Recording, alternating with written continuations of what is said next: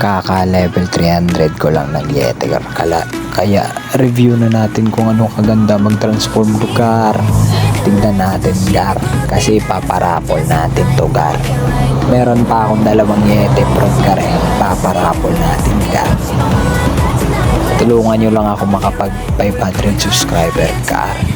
Magpaparapor tayo ng 2 Yeti at 1 Dark Blade Gar. Ano pa Gar, tulungan nyo na ako Gar. Tignan nyo yan Gar, oh. Ang ganda-ganda ng skill Gar, oh. Tignan nyo yung animation Gar. Lupet. Ang lupet na ito Gar. Sobrang spammer to Gar.